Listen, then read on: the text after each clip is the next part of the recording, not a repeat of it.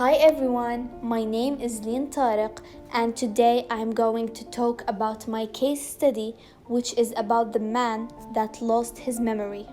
For 20 years, Clive Wearing has been forgetting everything that just happened. All day long, he believes he'd just woken from a deep haze. Now, his wife has written a biography capturing his daunting fight for normalcy in the world that has no center. Born 11 May 1938, Clive Wearing is a British former musicologist, conductor, tenor and keyboardist who suffers from a chronic anterograde and retrograde amnesia. He lacks the ability to form new memories and also cannot recall aspects of his past memories, frequently believing that he has only recently awoken from a comatose state. In educational psychology context, Wearing's total amnesia phenomena is often referred to as 30-second Clive, in reference to his 30-second episodic memory capacity. Before losing his memory, Clive Wearing was an accomplished musician and is known for editing the works of Orlando de Lassus. Wearing sang at Westminster Cathedral as a tenor lay clerk for many years and also had a successful career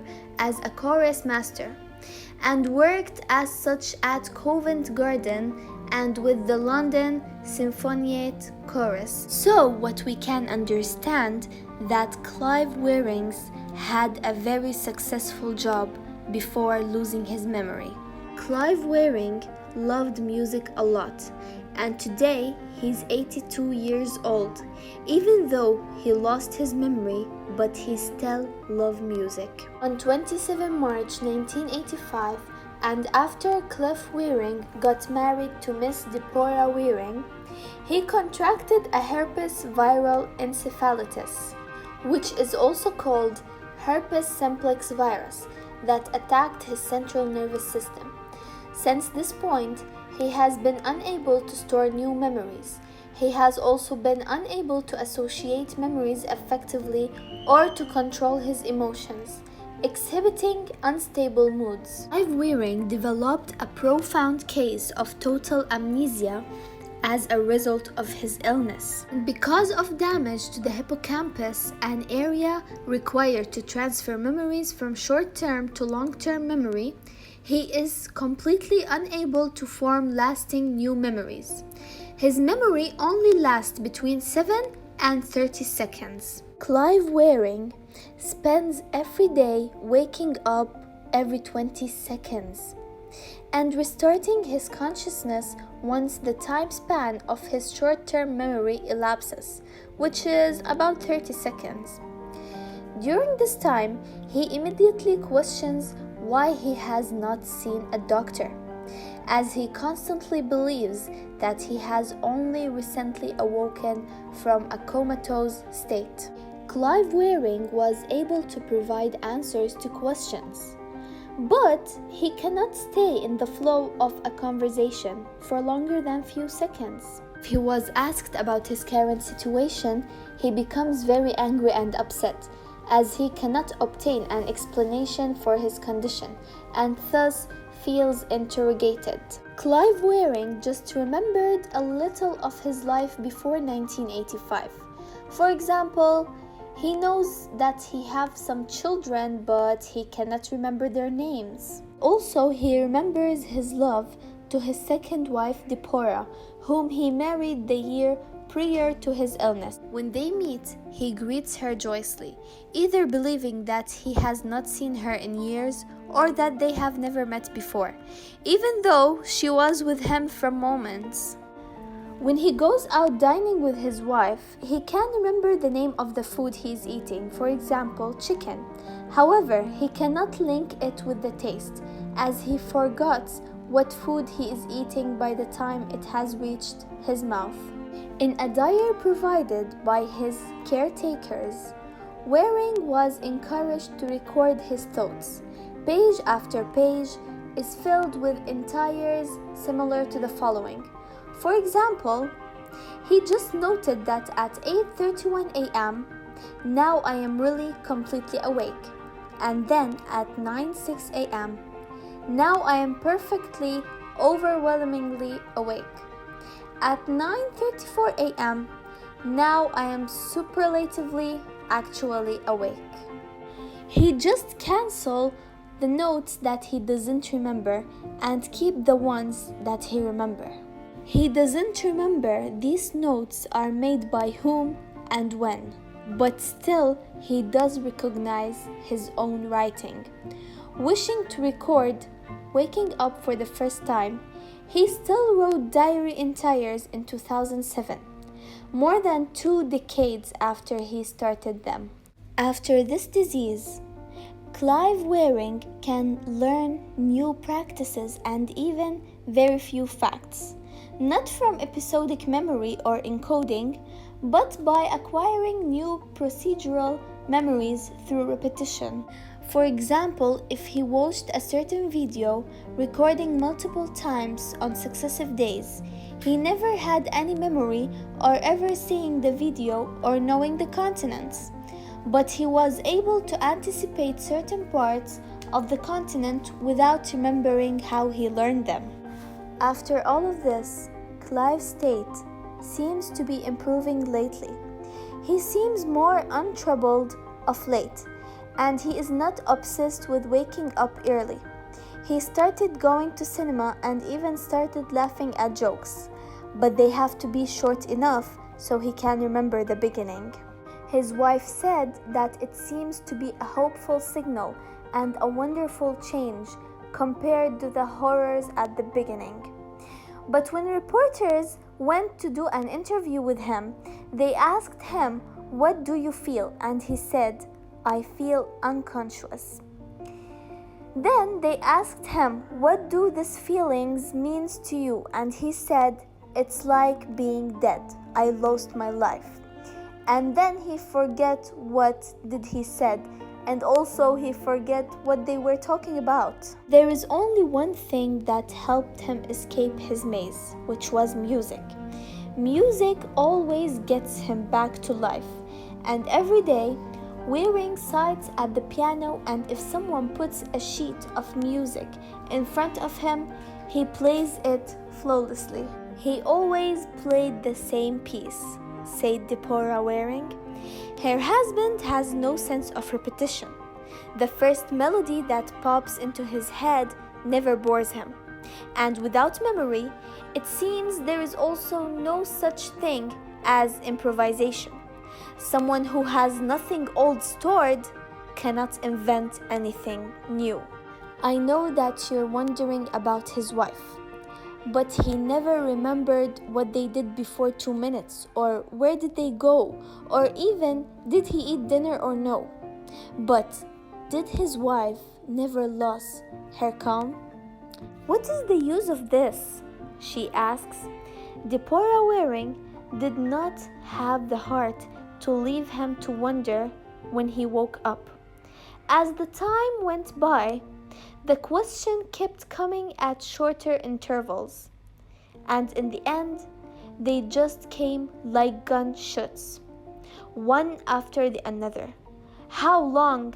How long? Tell me how long. Clive's memory, unfortunately, has been improved, only a bit, the psychologist Barbara Wilson said. She has examined him several times in the course of the last few years, the last time several weeks ago. I find it hard to say. I know Deborah sees a lot more in it, she said, and the fact that Clive is now able to have a conversation. That's normal for people with amnesia, says Wilson, but just change the subject in between, he will not realize. Perhaps the test results don't make such a great difference. For years, Clive Wearing has been scoring 0 points in all tests. More important for him must be what life he can extract from a few moments in conscious existence. Even though he lost his memory and he doesn't remember a single moment, but he had a love that never ends. Clive is irrepressible in his love for his wife. He is also completely undemanding. He never begs her to visit him. And also, Deborah said, "I am very lucky with him." She said, "I have a husband who selflessly loves me."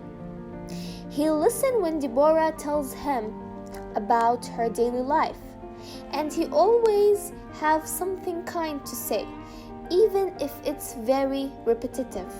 Although he doesn't remember her very well, but he always loved her. Clive often says, "We aren't two, darling, we are one." Recently, someone asked him to state his complete name. He said, "Clive David Deborah Wearing." A strange name. Who knows why my parents called me that? And he laughs. Why did all this happen? Just because of a virus. This virus led to amnesia. Okay, what is amnesia? Amnesia refers to the loss of memories such as facts, information, and experiences.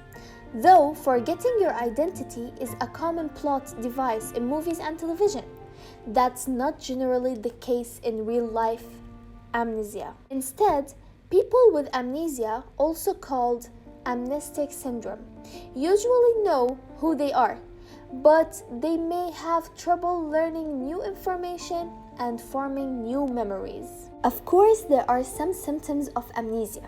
First of all, difficulty learning new information following the onset of amnesia, which is the anterograde amnesia. Difficulty remembering past events and previously familiar information, which is the retrograde amnesia. A false memories, either completely invented or made up of a genuine memories misplaced in time. Also, the confusion or disorientation. All of these are some symptoms for the amnesia.